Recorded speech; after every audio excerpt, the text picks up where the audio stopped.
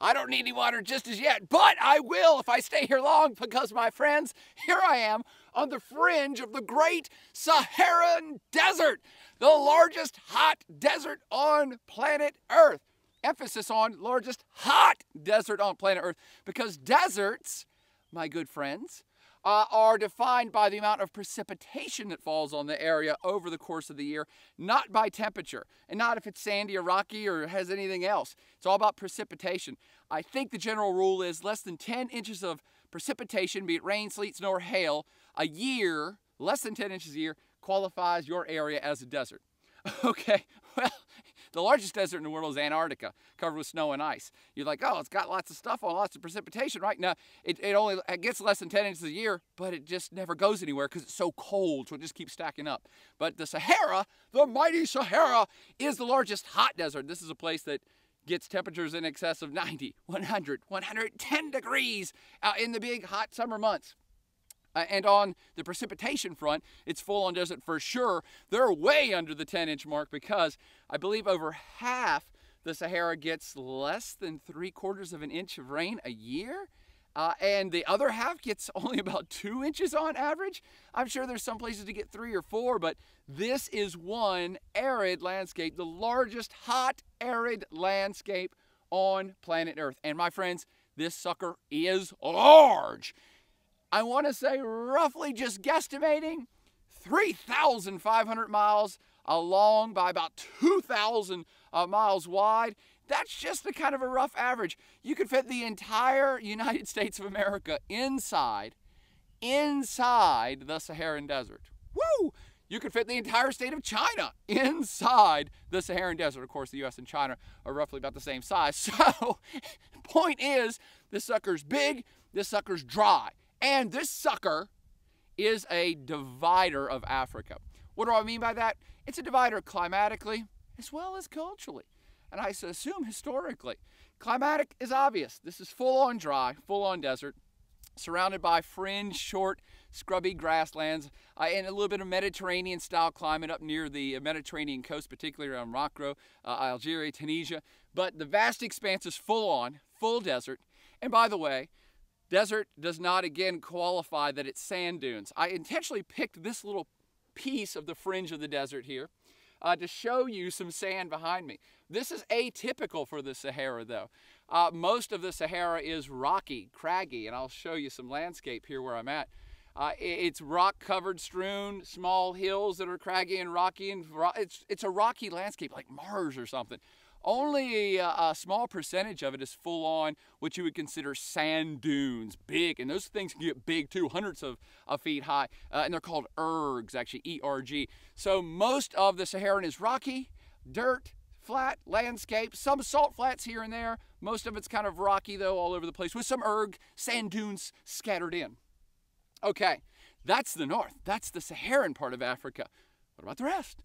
Obviously, this is radically different than the southern part, the sub-Saharan part of Africa, that is full-on tropical, in the tropical latitudes, and has tropical rainforest and jungle and even tropical savanna, which is kind of like this, but gets more than 10 inches of rain a year. So they have short grasses and tall grasses and scattered trees everywhere. Think Lion King. And in fact, here's a geo term for you. The Sahel, S-A-H-E-L. The Sahel is a little border on the southern part of the Sahara, helps define the southern side of the Saharan Desert, and it is a tropical short grassland. It gets more water than this, so it does have grasses, and again, you kind of think of Lion King and animals and stuff like that. The Sahel, that fringe on the southern. Let's define the northern part of the Sahara while we're here too, by the way. I call it the Magreb, another great geographic term. M-A-G-R-E-B. The Magreb is kind of where I'm at. That's why I wanted to bring up the Magreb.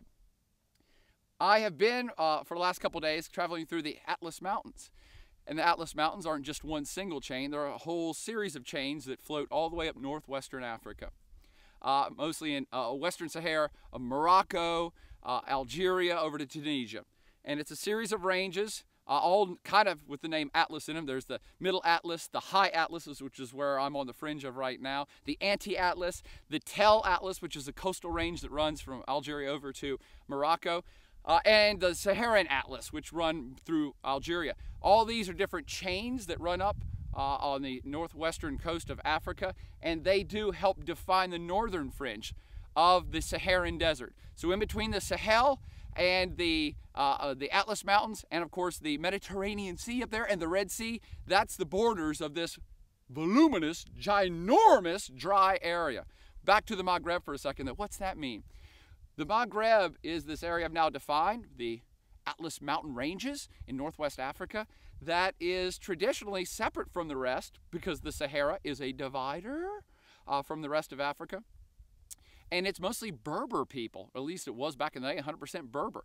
That's an ethnicity, and it's a living language. And there's still Berber people around here, maybe 20 to 30 or 35 million of them that are speakers of the Berber tongue. Maybe 50 or 60 million Berbers in general ethnically. In fact, many would say that the Berbers are the original indigenous North African tribe that everyone else is related to.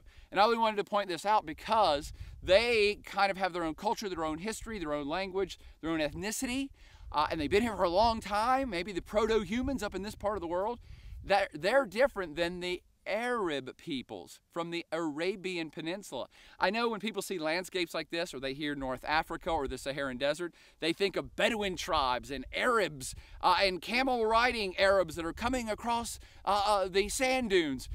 Arabs are an ethnic group from Arabia, the Arabian Peninsula, currently the states of Saudi Arabia, UAE, United Arab Emirates, Oman, Yemen.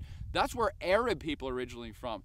People get confused because those Arab people back in the 7th and 8th centuries, after Islam was founded, born, created, given to the Prophet Muhammad by Allah, at that point, the Arab peoples took this Islamic religion from the Arabian Peninsula, where they're from, and moved it all across North Africa. Indeed, all the way over here to the Atlas Mountains where these Berber people were, and converted the Berber people, right? So the Berber folks all around here, they're all Islamic now too. And back in the day, like 1,000 years ago, these Islamicized Berbers, mixed in with some of the Arab folks who had moved across North Africa, became kind of a fighting force that took over Spain and Portugal. Yeah, the Iberian Peninsula.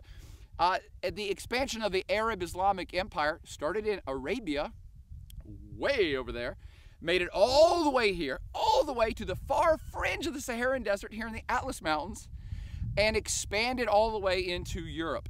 When those Berber/Arab Islamic folks, back in the day, 1,300 years ago, swept into the Iberian Peninsula in 711, not just a store, it's a date, they got to be known as the Moors.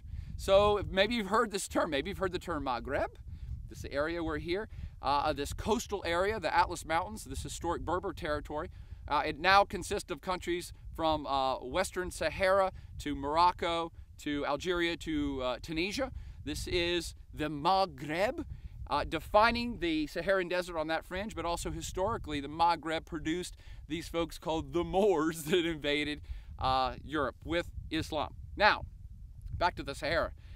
I bring you all the stories up, by the way, because the Sahara has been a big divider between the Arab folks way over here, way over that way, 4,000 miles that way, and the Berber folks here.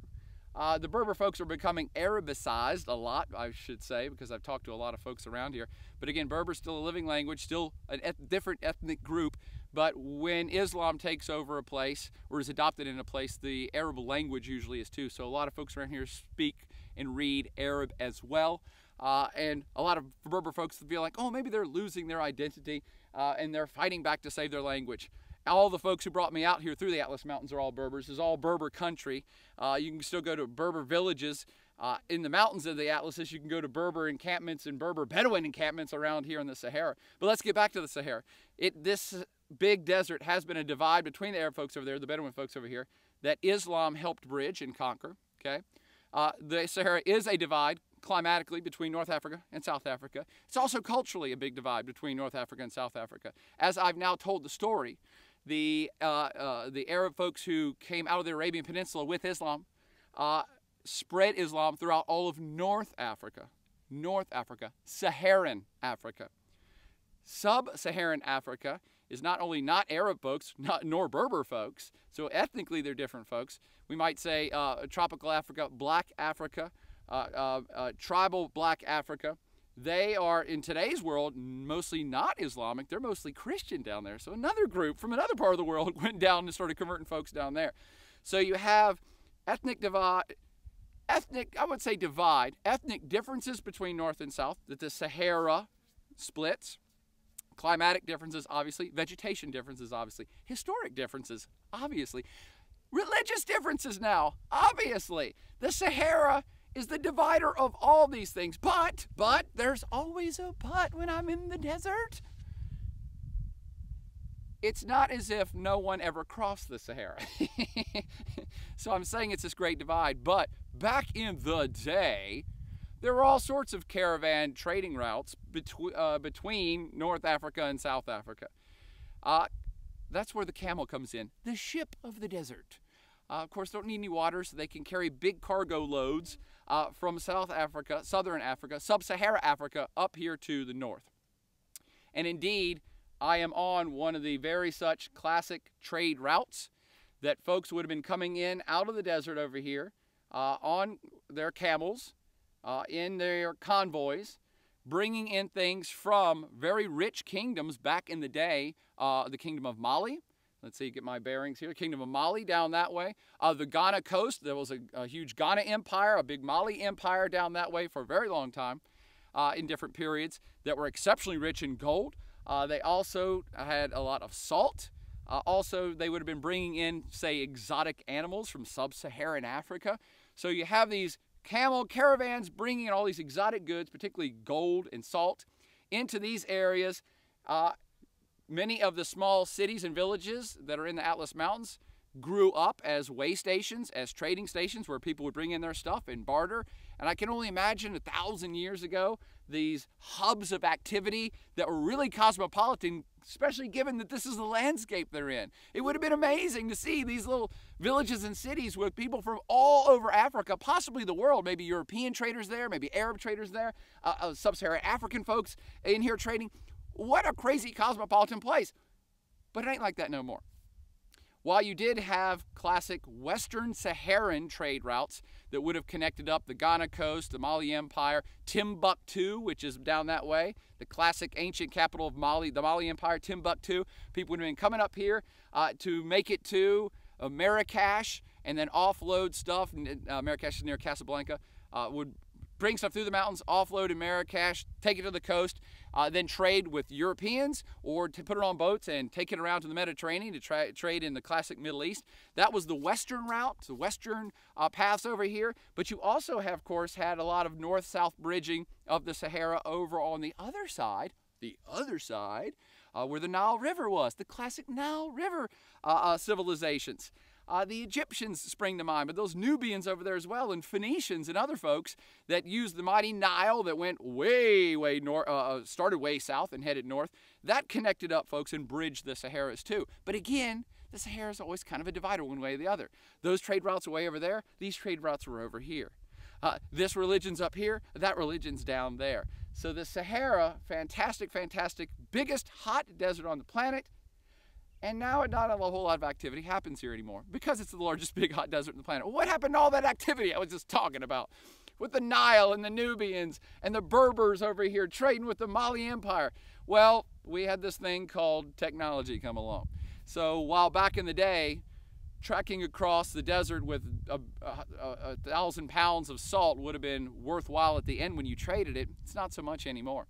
You wouldn't even be able to get your price out of gold if you traveled across the desert with it on camels, because starting in the 15th, 16th century, these European dudes started exploring the African coast, particularly the Portuguese, and they had a certain boat called the caravel. They started exploring the African coast, setting up trade posts, and it suddenly became way more economically feasible. Just put your gold and salt and spices, and slaves, by the way, I should say slaves are always a part of this trade, and elephants and camels and whatever else, put them on a boat and float them right up the coast over to Europe, over to the Mediterranean, over to Middle Eastern shores. So the caravel, the Portuguese caravel, and trade exploration by the Portuguese, Spaniards, and others around the African coast kind of short-circuited the whole trade routes of the ancient world here in the Sahara, and essentially they've been bypassed. And the Sahara as a whole has been kind of marginalized ever since then. Sorry, Sahara. I love you, Sahara, but it's a marginalized part of planet Earth. Not that many people hang out here. It is a tough life, although I'm not trying to suggest no one's here. All along the fringe, again, where we're at here, in the Maghreb, there's lots of decent-sized towns that are still thriving, but for the most part, this vast expanse of North Africa is largely uninhabited or extremely sparsely inhabited. It is kind of marginalized in today's world, meaning it's off to the side. No one really deals with it anymore. So what else is going on in the Sahara then? Funny you should ask. Whole lot of activity still does happen in places like the Sahara Desert and the fringes of the Sahara Desert. Like what? What economic activity would be viable here? Well, none. So why would people be hanging out here? Because the Sahara and places like this on planet Earth are so thinly populated, so sparsely populated. It's so hard to keep a track on who's out here and what's going on. People who want to hide come and hang out in the desert. People like, I don't know, terrorist groups who want to train, rebel groups who want to train, maybe local native groups who want to train to have an uprising. And so you have groups, and some of these are legit. I'm not saying anybody's terrorist, but there are rebel groups who are trying to liberate Western Sahara from the Moroccans, and they're hanging out in the desert hiding from the local government. You also have the Tuareg Rebellion, which happened, if anybody remember, that Mali was hot in the news about 2 years ago because a bunch of Islamic extremists took over the entire northern section of Mali, this giant country that's in the Sahara. Yeah, and that's because it's hard to hold this place. Nobody from the outside wants to come in here and start building fences and governments and roads and keeping tabs on who's here. It's just too big. You can't take care of it all. You can't watch it all, and so therefore people don't. And rebel groups, terrorist groups, criminal groups, they know that. One other criminal group I should add is that Western Sahara has now become a transshipment point for drugs from South America. Yeah, the Mexican cartels now load stuff in. Let me get my bearings north-south. The Mexican cartels will load stuff in from the Ghana coast and bring it through here for transshipment into the rest of Western Europe and the Mediterranean world. Go figure. Activities that people don't want anyone to know about occur in places where there are nobody at. So now you've got Mexican cartel presence in the Western Sahara. You've got rebel groups, Islamic extremist terrorist groups, full on. You know that Al-Qaeda, in fact, I think one of their branches is even called Al-Qaeda of the Maghreb. Go look that up. I could be wrong on that. But these folks have found great utility in the desert. Once more, some people think this is great because there ain't nobody out here to mess with us. And we can plot our little activities and do what we want to do or live our life the way we want to. Either way you look at it, the desert is becoming of great interest again because of the illicit activities that have been going on. The United States has been doing, I believe, a lot of covert investment in fringe areas of the Sahara. I know we have been building bases, or at least drone bases, in places like Ethiopia and Djibouti and possibly Somalia and possibly Kenya. And a lot of people are really worried about West Africa now because of another radical extremist Islamic group called Boko Haram that's in northern Nigeria, right over my shoulder that way. And they're on the fringe of the desert as well. And so the U.S. is working with Nigeria. So you're going to see a shift, I believe, of U.S. Troop deployment. It's still going to be small, but you're going to start seeing more U.S. covert bases here, more U.S. drone bases here, more U.S. personnel in Africa. And where are they going to be? They're going to be on the fringe of the mighty, mighty Sahara Desert. Why? To stop those groups that are now taking advantage of the mighty, mighty Sahara Desert for its vastness, for its bleak landscape, and for the fact that nobody else wants to be here to mess with them. How's that for a podcast from the Saharan Desert? Again, let me end by saying on the fringe of the Sahara Desert. Just come out of the Atlas Mountains, the high Atlas Mountain range. So there's still hills, and you'll see hills around here when I pan around. So we're just on the fringe. If we kept going that way for another 5, 10, 20 miles, we're in full-on arid landscape desert with no more plants for about 3,500 miles that way. But for now, we're out from the Sahara.